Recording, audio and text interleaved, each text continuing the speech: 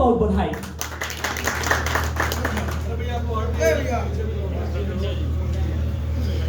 सबसे पहले तो मैं विजय भैया को धन्यवाद देना चाहता हूं, और मुंह से तो भैया निकला है लेकिन ये हमारे रिश्तेदार हैं, और आप लोगों को धन्यवाद देना चाहता हूं। और इनके मन में एक पीड़ा था, वो पीड़ा था कि इनके खबरों को या जो अच्छा काम कर रहा है उस खबरों को जो है प्रिंट मीडिया में जगह नहीं मिलता है। मैं इनका पीड़ा समझ सकता हूं, लेकिन प्रिंट मीडिया के जो पत्रकार हैं उनके भी पीड़ा को समझने की जरूरत है। आज प्रिंट मीडिया के पत्रकार जो है एक झोला एक कलम लेके निकलते हैं और पूरा जीवन कुर्बान कर देते हैं, और उन प्रिंट मीडिया के पत्रकारों के बच्चे जो है एक अच्छे स्कूल में नहीं पढ़ पाते हैं। आपने कभी देखा है किसी प्रिंट मीडिया के पत्रकार को जो है बहुत आगे बढ़ते हुए? आज हमें उनके लिए भी आवाज उठाने की जरूरत है। लेकिन वहां पे कुछ गलतियां हुई तो इलेक्ट्रॉनिक्स मीडिया आया कि नहीं आया? इलेक्ट्रॉनिक्स मीडिया के जितने भी पत्रकार हैं जो डिस्ट्रिक्ट से रिपोर्टिंग करते हैं, जो ब्लॉक से रिपोर्टिंग करते हैं, आज उनकी भी स्थिति देखिए। उनकी भी स्थिति उस लायक नहीं है। जो नोएडा में चकाचक ऑफिस है जिस भी मीडिया का, मैं गया हूं, मैं लगभग देश के हर एक मीडिया चैनल के ऑफिस में गया हूं। आज ब्लॉक लेवल पे जो भी इलेक्ट्रॉनिक्स मीडिया का पत्रकार है, प्रिंट मीडिया का पत्रकार है, उसकी स्थिति सही नहीं है। लेकिन इलेक्ट्रॉनिक्स मीडिया से भी कुछ गलती हुआ, तब आया डिजिटल मीडिया। और आज डिजिटल मीडिया के पत्रकार अगर जमीन पे अच्छे ढंग से रिपोर्टिंग करते हैं तो उन्हें 4 व्हीलर नसीब होता है और उनकी स्थिति भी अच्छी हो जाती है, डिजिटल मीडिया के पत्रकारों का। लेकिन इन सब चीजों के बीच में मैं योगी जी को धन्यवाद देना चाहता हूं, इसलिए कि उन्होंने सबका ख्याल रखते हुए डिजिटल मीडिया के पत्रकारों को हर महीना 13 लाख रुपया कमाने का मौका दिया। कितना? 13 लाख। फेसबुक के माध्यम से 5 लाख और यूट्यूब के माध्यम से 8 लाख रुपया, टोटल 13 लाख रुपया के आसपास कमाने का मौका दिया। वो भी कैसे? सरकार का प्रशंसा करके नहीं। अब सरकार गलती करे, आप दिखाइए, लेकिन सरकार की जो योजनाएं जनहित में आती है, जहां जो योजनाओं को गरीबों तक पहुंचाना है, उस योजनाओं का प्रचार जो है प्रिंट मीडिया में होता है, इलेक्ट्रॉनिक्स मीडिया में होता है। अब योगी जी ने कर दिया कि डिजिटल मीडिया में भी होगा और डिजिटल के भी पत्रकार आगे बढ़ेंगे।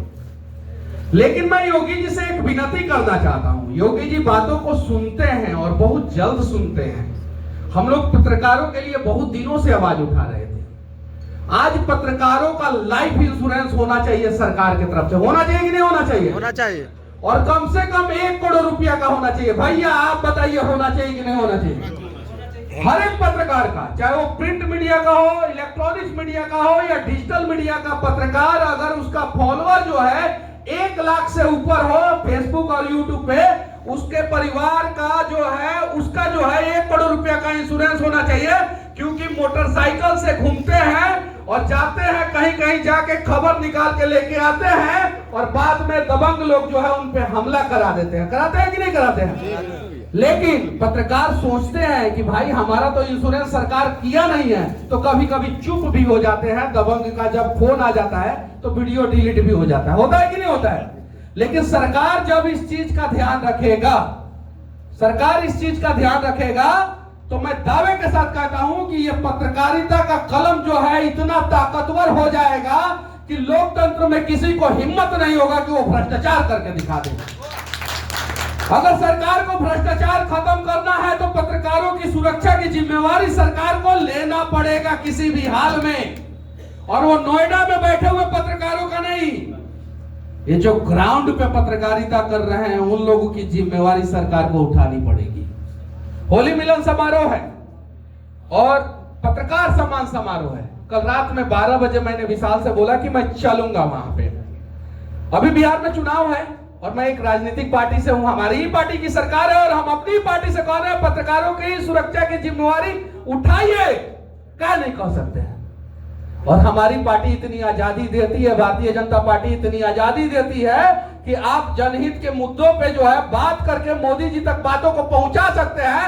मैं इस देश के प्रधानमंत्री से और यूपी के मुख्यमंत्री से कहना चाहता हूं कि आप लोग अगर भ्रष्टाचार को खत्म करना चाहते हैं और 2047 से पहले, 2025 चल रहा है ना, 47 टारगेट है।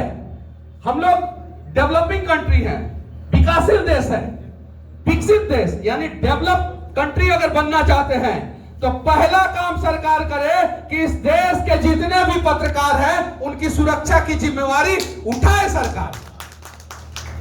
इस देश में जितने भी राज्य हैं, हर राज्य में जैसे स्कूल में पुलिस वालों के लिए स्कूल होता है कि नहीं होता है, आर्मी वालों के लिए स्कूल होता है कि नहीं होता है, पत्रकारों के बच्चों को पढ़ाने के लिए भी स्कूल हो और पत्रकारों के माता पिता का भी इलाज, जिस प्रकार के आर्मी के लिए हॉस्पिटल होता है, पुलिस हॉस्पिटल होता है, बहुत सारे राज्यों में पुलिस वाले के लिए भी हॉस्पिटल देखा हूं। पत्रकार का माँ बाप बीमार रहते हैं, मैंने देखा है वो दर्द।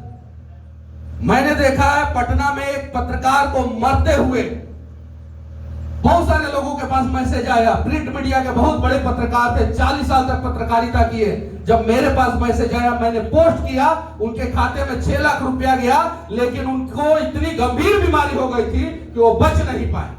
आज कोई पत्रकार अपने माता पिता का, बच्चों का जो है बढ़िया अस्पताल में इलाज करा पाता है? कोई उसके लिए पैरवी करता है? नहीं करता है। लेकिन गांव में अगर कोई बीमार होगा और उसको सही इलाज नहीं मिलेगा तो सबसे पहले पत्रकार पहुंचता है और उसको सही हॉस्पिटल तक पहुंचाता है। क्या ऐसा होता है? इस पे जो है हर एक सरकार को ध्यान देना चाहिए, मेरे सरकार को भी ध्यान देना चाहिए।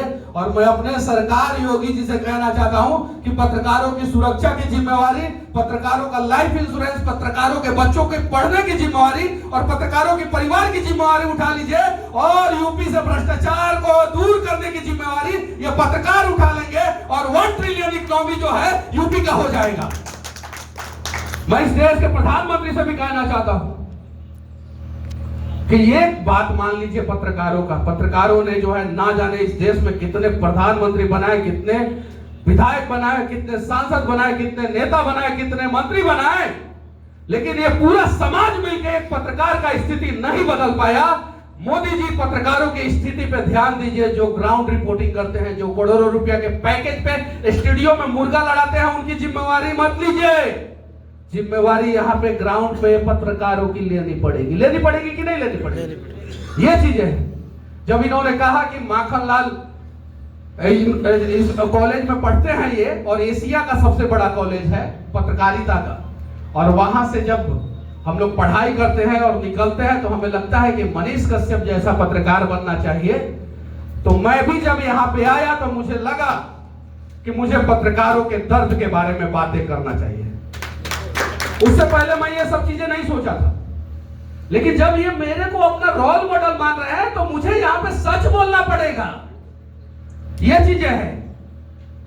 बस मैं विनती करना चाहता हूं, आप लोग पहुंचाइए पत्रकारों के दर्द को। नहीं उठाता है लोग पत्रकारों के दर्द के बारे में, कहीं किसी मंच पे बात नहीं होता है, किसी मंच पे नहीं बात होता है। और आज सबसे ज्यादा स्थिति खराब है डिजिटल पत्रकारों का। कोई भी रोड गड़बड़ हो रहा है, वीडियो बना दिया साहब, ठेकेदार 4 गो लठैत लेके पहुंच जाता है। पहुंचता है कि नहीं पहुंचता है? होता है कि नहीं दिक्कत होता है?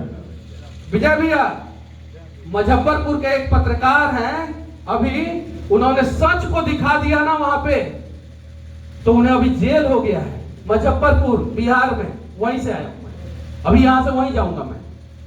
ये चीजें हैं।